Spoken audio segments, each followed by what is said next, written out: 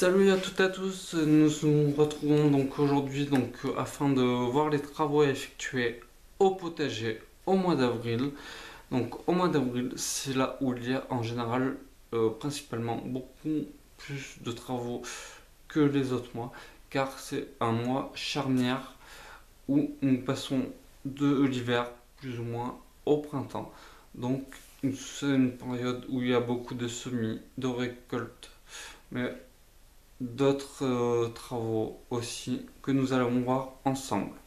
Pour les légumes qui poussent rapidement, je vous conseille de faire des semis échelonnés comme pour les salades, les radis, les carottes, les choux raves, les navets, les betteraves et j'en passe avant le coup de feu du mois de mai.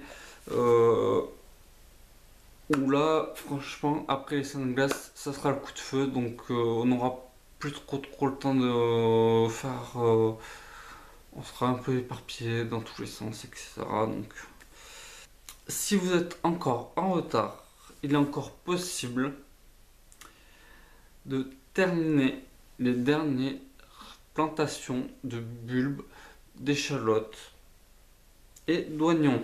C'est au mois d'avril, c'est le moment de récolter les premiers radis. Si vous les avez semés sous abri, sous tunnel ou quoi que ce soit, au mois de mars, c'est le moment de récolter les premiers radis. Continuez aussi à récolter les épinards et les laitues semés à l'automne précédent, les poireaux d'hiver, la mâche, les choux frisés et les choux de Bruxelles. Après, au niveau des semis au chaud, donc il faudra se terminer, faire les derniers semis de tomates. Commencer les semis de tout ce qui est courge, potiron, concombre, melon, courgettes.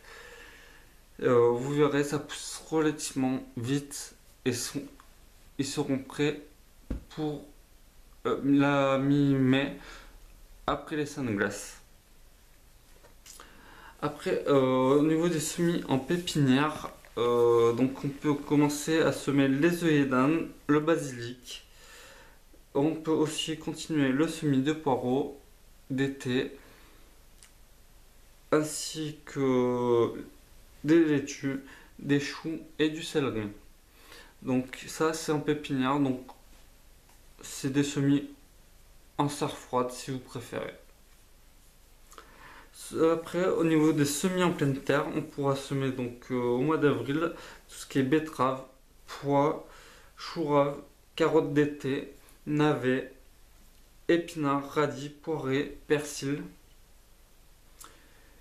Et on pourra semer aussi de la coriandre et de l'aneth.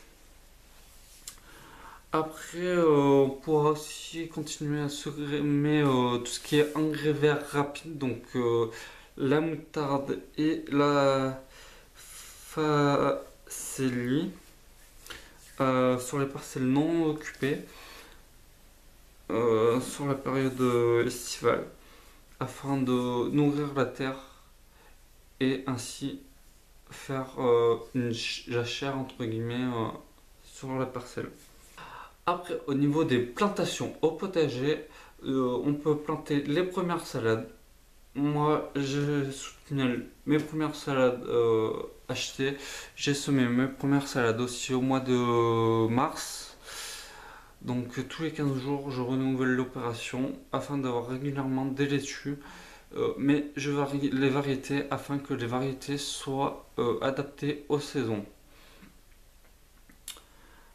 Après, au mois d'avril, à la période de floraison du lilas, il sera temps aussi de planter vos pommes de terre et vos topinambours.